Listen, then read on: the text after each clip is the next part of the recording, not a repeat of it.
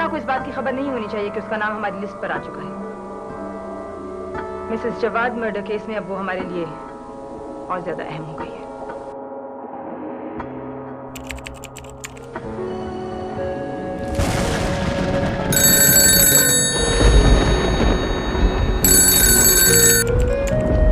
Hello, हाय। तुम्हारे बारे में ही सोच रही थी। अभी इतनी जल्दी? नहीं आतिफ, इतनी जल्दबाजी की तो बहुत सारे शुकूक हमारे खिलाफ भी सर उठा सकते हैं। नहीं आतिफ प्लीज, पिकनिक पे जाना मेरे लिए तो बिल्कुल नामुनासिब होगा इस वक्त। प्लीज जिद ना करो। Okay, I'll try. Okay, I'll try my level best. No promise. Okay, take care. Bye.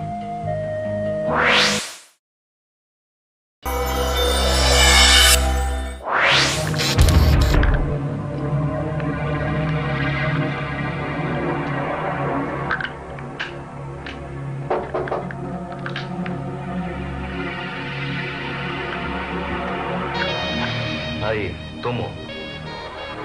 खुदा पार निकली चुईया।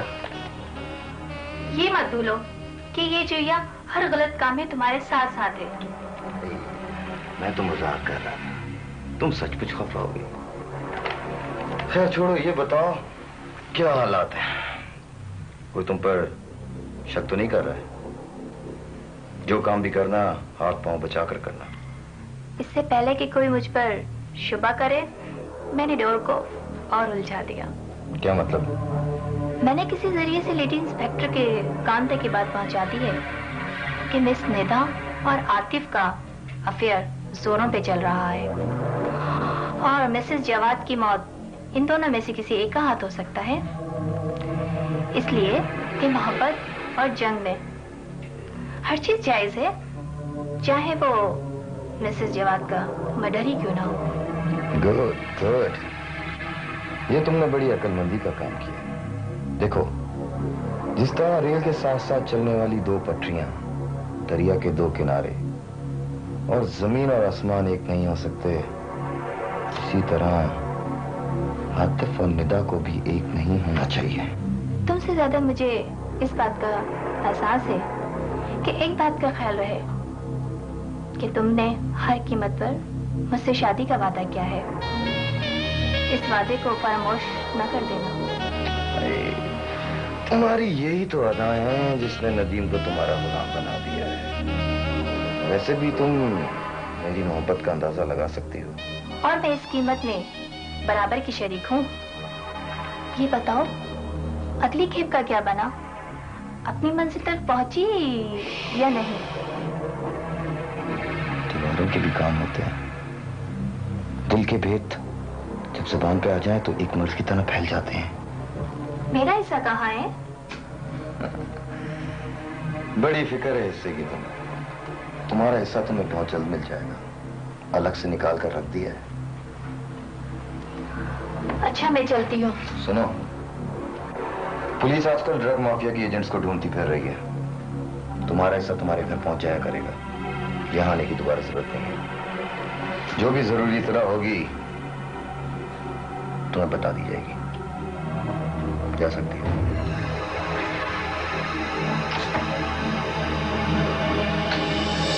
कोई नई खबर? जी मैडम, हमने ड्रग माफिया के 2 एजेंटों को लोकेट कर लिया है। गुड। कौन लोग हैं? जिनमें से एक का नाम नदीम है, जिसका माजी को खास अच्छा नहीं था, और एक का नाम फरजाना। फरजाना सिर्फ जवाद की सेक्रेटरी? जी मैडम, हमने उन दोनों की खुफिया गुफ्तगू का ऐसा टेप तैयार किया है जो उनको मुजरिम ठहराने के लिए बहुत काफी है। और एक इत्तला के मुताबिक मिस्टर जवाद का मुलाजिम भी रह चुका है नदीम। मेरा ख्याल है कि वक्त जाए किए बगैर उन लोगों को नहीं, हम एक छोटी नहीं बल्कि बड़ी मछलियों पर हाथ डालना है ताकि ये नासूर हमारे माशरे से हमेशा के लिए खत्म हो जाए, जिसने इसकी जड़ें अंदर तक खोखली कर दी। तो फिर क्या किया जाए मैडम? नदीम पर नजर रखो। वो कहां कहां जाता है, किन किन लोगों से मिलता है, मुझे एक एक मिनट की खबर चाहिए। Okay madam. ठीक है। और फरजाना को इस बात की खबर नहीं होनी चाहिए कि उसका नाम हमारी लिस्ट पर आ चुका है। मिसेस जवाद मर्डर केस में अब वो हमारे लिए और ज्यादा अहम हो गई है।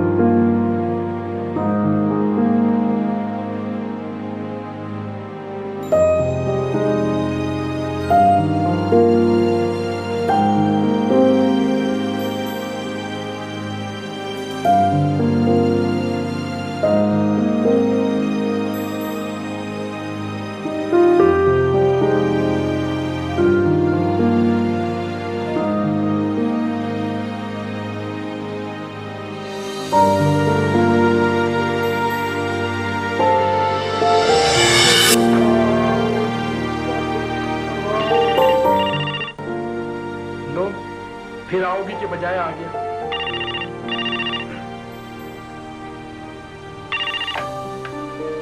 हेलो, करीम बोल रहा हूं जी। Police inspector? हाँ जी जी जी जी, बहुत बेहतर है। मैं अभी निदा बीबी को इत्तला करता हूं जी। बेहतर। किसका फोन था? जनाना पुलिस का जी। निदा बीबी को थाने बुलाया। निदा बीबी को थाने बुलाया? आइए, तशरीफ रखिए। आपने बुलवाया है मुझे? जी हाँ, आपको यहाँ इसलिए बुलवाया है ताकि हम आजादी के साथ बात कर सकें। पुलिस स्टेशन और आजादी? आप शायद ये भूल रही हैं कि ये विमेन पुलिस स्टेशन है। औरतों की सहूलत की खातिर खोला गया है और आप पूरी आजादी के साथ हर बात यहाँ कर सकती हैं। आप क्या दरियाफ्त करना चाह रही हैं? क्या आपकी मम्मी आपकी और मिस्टर शहबाज की शादी के खिलाफ थी? इसका जवाब मैं अपने बयान में पहले ही लिखवा चुकी हूँ। क्या आप कहीं और? इंस्पेक्टर, ये मेरा पर्सनल मामला है। मैं सिर्फ ये मालूम करना चाहती थी कि क्या आप और मिस्टर आतिफ। Inspector please. मेरा काम आपको समझाना है, मानना या ना मानना आपके इख्तियार में है। वैसे मेरी इत्तला के मुताबिक मिस्टर आतिफ की लिस्ट पर और भी बहुत सी लड़कियों के नाम हैं। सुना है कि फ्लर्ट करना उनकी हॉबी है। क्या यही बात बताने के लिए आपने मुझे इस वक्त यहाँ पे बुलाया है? जी नहीं, एक दो और भी बातें मालूम करनी थी आपसे। क्या आप मिस्टर नदीम को जानते हैं? हाँ, नदीम।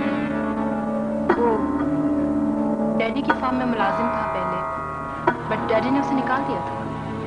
कोई खास वजह थी उसे निकालने की? वो अच्छा आदमी नहीं था। ये ख्याल आपके डैडी का था या? एक्चुअली काम के सिलसिले में एक दो बार वो हमारे घर आया। उसके बाद उसने मुझे उल्टे सीधे लेटर्स लिखने शुरू कर दिए। मैंने वो लेटर्स डैडी के हवाले कर दिए और डैडी ने उसे निकाल दिया। क्या मुलाजमत से बरतरफ होने के बाद उसने कभी आपसे मिलने या उन पर बात करने की कोशिश की थी? हाँ, मम्मी के मर्डर के बाद एक दफा उसने मुझे फोन किया था, लेकिन मैंने उसे डांट दिया। सोच कर जवाब दें। क्या आपकी मम्मी के मर्डर में नदीम का हाथ तो नहीं है? मेरा ख्याल है कि इस मर्डर से नदीम के मुकाबले में शहबाज के मुस्तकबिल का ज्यादा ताल्लुक है। मिस फरजाना 24 घंटे आपके यहाँ रहती हैं। उनका कोई रिश्तेदार या अजीज नहीं है? मेरा मतलब है कि वो अपने रिश्तेदारों वगैरह से मिलने तो आती जाती होंगी। Very rare I think. उसने तो यही बताया है कि उसका कोई करीबी कोई रिलेटिव नहीं है। मिस्टर शहबाज की क्या मसरूफियत है? शहबाज वो सिर्फ और सिर्फ डैडी की जायदाद हथियाने के चक्रों में है। Relax, just relax. मुजरिम चाहे कितना ही अय्यार और चालाक क्यों ना हो, एक ना एक दिन कानून के शिकंजे में जरूर फंसता है। Thank you. मुझे शायद आपको एक दफा दोबारा जहमत देनी पड़ेगी। Okay, thank you.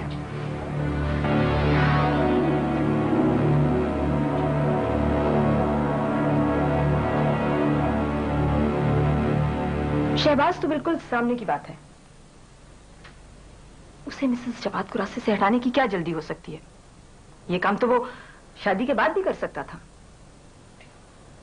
दरमियान में कहीं ना कहीं कोई अहम नुक्ता जरूर है। मैडम नदीम के बारे में आपका क्या ख्याल है? मिस निदा ने कहा था कि वो अच्छा आदमी नहीं है। हो सकता है। इसके लिए हमें सबसे पहले ये चेक करना पड़ेगा कि मिस्टर जवाद ने नदीम को नौकरी से क्यों निकाला। क्या उन्हें इस बात पे शुबा हो चुका था कि नदीम निदा को हासिल करने के लिए कुछ भी कर सकता है? मेरा ख्याल है कि आप नदीम पर चेक रखें, उसकी नकलो हरकत की पूरी निगरानी करें। ये बहुत जरूरी है। हेलो जी बॉस, मैं नदीम बोल रहा हूँ, AA। मुबारक हो, पिछली केब खैर खैरियत से मंजिल तक पहुंच चुकी है। जी हाँ, मुझे बराह रास्त इत्तला मिल चुकी थी। पार्टी हर तरह से मुतमईन है बॉस जी, बल्कि इस दफा तो उन्होंने मिकदार भी बढ़ा दी है जी। मैं जानता हूं बॉस, जो उनकी दुनिया में इंसान को अपने साए से भी मोहतात रहना पड़ता है जी। जी हाँ, मैं भी चाह रहा था कि मैं बाहर निकल जाऊं। आप फिक्र ना करें, तारीख राहों पे चलने वाले मुसाफिर उसके नशे व फराज से अच्छी तरह वाकिफ होते हैं। जी हाँ, कामयाबी के चांसेस 100% है बॉस। Thank you boss.